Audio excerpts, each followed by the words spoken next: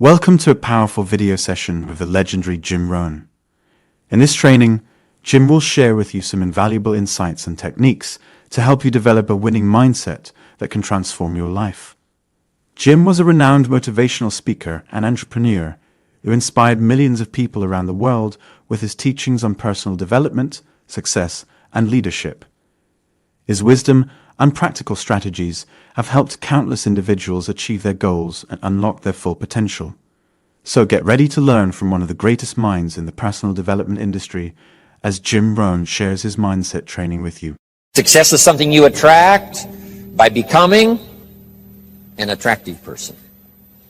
What would make you an attractive person in the marketplace? So you have the best chance to get the best job, to get the best pay, to have the best opportunity, work with the best people, be welcome at the best tables of learning and enterprise, to sit at the conference table of promise and future. How do you get there? Some things to remember. This first little part I call acceptable and unacceptable behavior. Now, part of our learning affects us in the marketplace. The skills we've developed affects us in the marketplace. You might have had to go to school to work in a certain segment of the marketplace. If you're going to be a doctor, you've got to go to the proper school. If you're going to be a lawyer, you've got to go to the proper school. But there's something else now that affects us all in the marketplace that I want to deal with here, and that's called behavior in the marketplace. Not just your skills, not just your learning, not just what you know, but how you behave. Key phrase, the things that make you obviously a good person, an acceptable person, or unacceptable. First of all of us must study our marketplace as to what might be acceptable or unacceptable. But let's cover some of the obvious, and that'll lead to the rest of the list. I've just got 3 or 4 here to cover, and then you can think about the rest and ponder those. Here's one thing to remember in the marketplace. You must be ultra-conservative in the marketplace. Ultra-conservative in your behavior, because this determines your future. This determines your paycheck. This determines the circles you can get into and the ones you can't get into. I've got some examples here, and you'll see where I'm going. Here's number 1, your language. The language you use in the marketplace has so much to do with your paycheck. Now, in some areas, that may not be totally true, where you could use bad language and tell dirty stories and cuss all day long and it wouldn't make any difference. You know, if you're around people that cuss all day long and tell dirty stories, what difference does it make? Doesn't make any difference. But if you would like to exercise your skill and ability in another segment of the marketplace, here's one thing you might have to correct, or you might have to at least watch carefully, and that's your language in the marketplace. So jot this down. Be ultra-conservative in your language in the marketplace. Otherwise, you may destroy parts of the market that would gladly accept you and your product and your service if your language wasn't so unacceptable. Guy says, well, I'll tell dirty stories and cuss wherever I please, and I'm not saying that's wrong. I'm just saying it'll cost you. In some areas of business in the marketplace, it's going to cost you. Here's a guy that makes $100,000 a year, could make $250,000 easy. The other $150,000 disappears because of his bad language in the marketplace. He's unacceptable in some circles. They won't listen to his story, even though he has something good to share. So you see where I'm going here? Language in the marketplace. Here's what's the safest. Save your jokes for the bar or the pub. Don't put them on the marketplace. Or the inner circle, you know, where all the stories and stuff may be acceptable as you trade stories. But in the marketplace, you've got to be ultra-conservative. Shift gears if you have a problem. Shift gears, especially in the marketplace, and make sure that it isn't costing you a big share of your marketplace unduly. Because there's no use suffering an extra $100,000, $200,000 a year income simply because you're careless with your language in the marketplace. So of all the places not to be careless, it's in the marketplace concerning your language. So do you see where I'm going here? Next is habits. You just got to be careful of those. Smoking. Guy walks into an office and says, where's your ashtrays? How come you don't have any ashtrays? Well, ashtrays probably mean what? No ashtrays mean. Right? They don't smoke here. Oh, yeah, I forgot. So what I'm saying now, I'm not saying right or wrong to smoke. I'm just saying be careful in the marketplace that you aren't disturbing and wiping out and closing the door on a market you could enjoy simply because you're a bit careless about your habits. Habits. Now, I don't smoke, so I don't have this challenge for me, except a fine cigar after a unique meal. Some places around the world still know how to prepare a gentleman's cigar. It's kind of an interesting experience, mostly for show. As long as you know which end to dip in the brandy, right? But you see where I'm going here now on habits. Habits. Zig Ziglar talked about the man who was late. I'm telling you, there's some circles, if you're late, you're not welcome anymore. You say, well, I've been late all my life. You know, if people don't like that, that's too bad. I'm saying that's okay. You can have that attitude if you want to, but what if it cost you $100,000 a year? Wouldn't you reconsider? That's too much to pay for the luxury of some habit that you could easily correct and maybe enjoy the benefits of a marketplace that's been closed up until now. This is all I'm saying. Take a look at your habits. Take a look at your language. Here's another one. Your dress. Now, sometimes dress changes regionally. In San Francisco on a business day, they wouldn't expect you to look like West Palm Beach. If you dress like West Palm Beach on a business day in San Francisco, they'll treat you casual, right? Not appropriate dress. So part of this is company, part of it is region, part of it is locality, part of it is community. What's acceptable in the marketplace on a conservative basis? What would be acceptable to everyone in San Francisco? To be dressed conservatively. In West Palm Beach, you can have a casual business dress. Perfectly acceptable. The key is to find out so that you don't cost yourself market that you could enjoy. You don't cost yourself customers that you could have. You don't cost yourself people that would gladly join and be part of it except for these difficulties. I had to learn some of this stuff. All of us have to learn the social graces and what's acceptable. The white socks don't go with the black tuxedo. I mean, some things you just have to learn.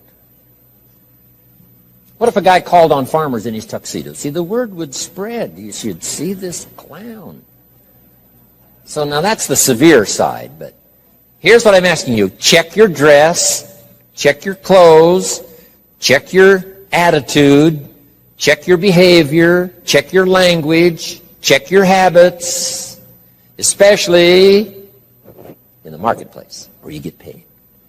No use slamming the doors you don't need to slam. No use shutting off opportunity that you don't need to shut off by not considering some of these things, okay? One more I found important. Make your employer, not your banker. I wondered why a few opportunities I lost because too quickly I asked for a raise. I'd only been there a month, and I said, could I have an advance? An employer says, wow, I thought we hired the right guy, but this guy needs extra money already. Can't manage his affairs, has to have an advance. So here's what don't make your employer your banker. Make your banker your banker. If you need a little extra money, go to your bank. Go somewhere, but not to your employer. Here's why. An employer is like opportunity. Opportunity doesn't want to see your need. Opportunity wants to see your seed. So let employer be employer, let banker be banker, let friend be friend. I found it was a bit unwise to make a friend a banker or a relative a banker. Do you know why you go to a minister to discuss certain things? So that he won't disclose it to the marketplace. And you go to your doctor to disclose it so he won't disclose how weak and sickly you might be. So you don't bring your sickness to the marketplace and talk about it. You talk that over with your doctor. Talk over your maladies and your problems to your doctor. So jot this down. It's called show your seed and hide your need. In the marketplace especially. Show your seed. Show your willingness. Show your desire. Show your hard work. Show your work ethic. Show your arrive early, stay late attitude. Show that, but not your need. The marketplace is not interested in your need. Next is code of conduct. It's not a bad idea to take a piece of paper someday and just jot down what is your code of conduct. What do you expect from yourself? Some things you will do, some things you will not do. Jot this phrase down. What I want to be known for. Here's what I want to be known for. And that's not a bad list to make. As we're building our reputation day by day, week by week, month by month, and one opportunity leads to the next, depending on what we're known for. These are some of the things that may not appear in your resume. You know, you've been to school and you learned these skills and you worked for this company and you were there 9 years and so on. In addition to that now, what's really important, especially for your own psyche, is to make a list of what you would like to be known for. I wanted to be known for always doing my best. I never wanted anyone to be disappointed, at least in my presentation. They might be disappointed with my ideas because they thought I was wrong. They might be disappointed with my position because they thought it wasn't right. And they might be, disappointed because, I didn't say what I believed, was contrary to what they believed. They might have been disappointed in that. But they were never disappointed in my sincerity. Never disappointed in my ability to speak from my heart and my soul. If you have charge of some of my life and you send me off to another country, I promise to represent you grandly. I promise you won't have to stay awake nights wondering about Jim Rohn if you've sent him to Paris. I want you to be able to say, forget about Paris, Jim Rohn is there. He'll take care of it in the best style. He won't show up late and he won't show up drunk. He will represent us well. So have you got that good question now? What do I want to be known for? I want to be known for being on time. I want to be known for staying late. I want to be known for not ignoring anyone. I want to be known for my unique ability in conversation as well as presentation. I want to be known for the fact that I care for kids as well as adults. I want to be known for the company's interest as well as my own. I want to be known for one who helps to feed the goose that lays the golden eggs. I want to be known. I want to be known for my leadership skill. I want to be known for my attitude. I want to be known. What would that list be if you were to make it? Here's what I want to be known for. Sometime in the privacy of your own thoughts, away somewhere, just work on that list. Here's the reputation I want to build. Now, here's what's next under personal development. Under personal development, develop these 5 abilities.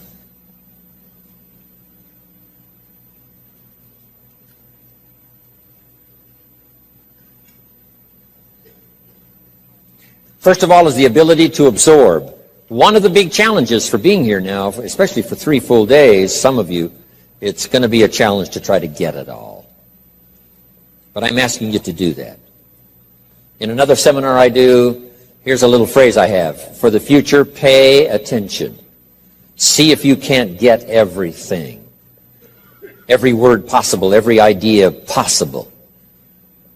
It's easy to let your mind wander, right, and not really concentrate and dig in and make these days extraordinarily valuable for you.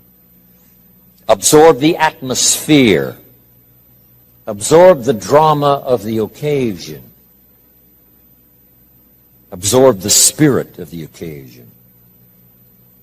Absorb the reasons for coming here and then the reasons for going back home and making a difference. Absorb the variety of voices you're going to hear this weekend.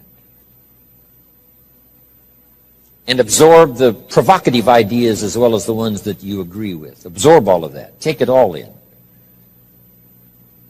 By listening intently, taking good notes, talking with each other. Here's one more. Absorb the drama of each other. You're going to have a chance to meet some excellent people here. Okay?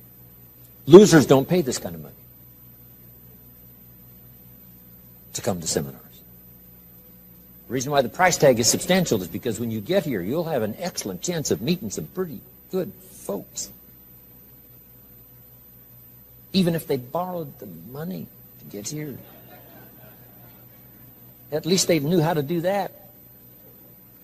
Whatever it takes. So don't go away without meeting some people. Here's the next part. Listen to the testimonials.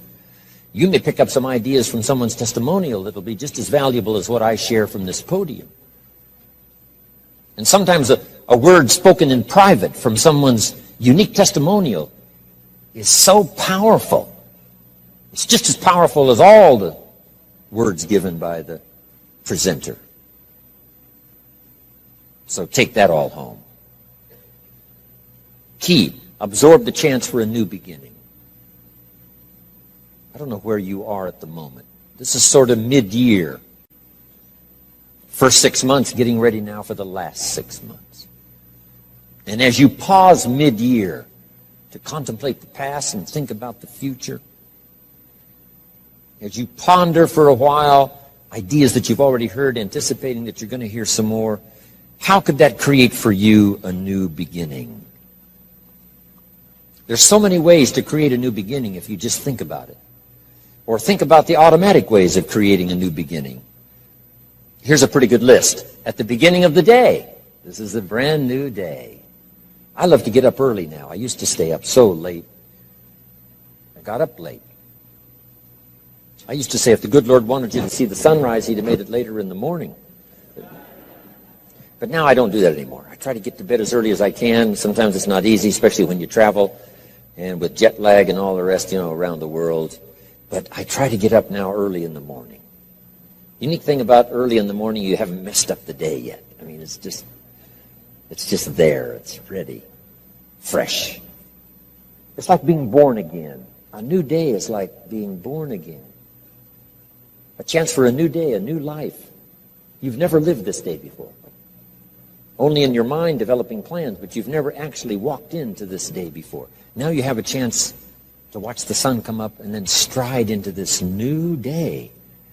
Call yourself a new person, whatever that little trick you have to learn. This is a new day for me. This is a new life for me. Next, at the beginning of the week,